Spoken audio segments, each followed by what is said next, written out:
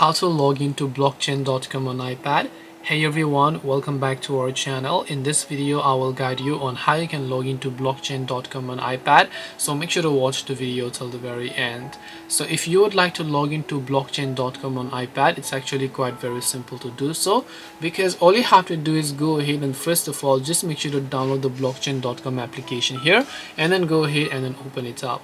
Once you launch the blockchain.com app, you're going to be able to see this type of interface where you want to make sure you're connected to the internet, and then after that you should be able to see create an account, restore, or login. So if you don't have an account, you can click on create an account. If you forgot your password and so on, you can tap on restore. But if you remember everything, then you can tap the login option here, and then just make sure to enter your email, tap on continue, enter the password, and then you'll be able to successfully log in to your blockchain account.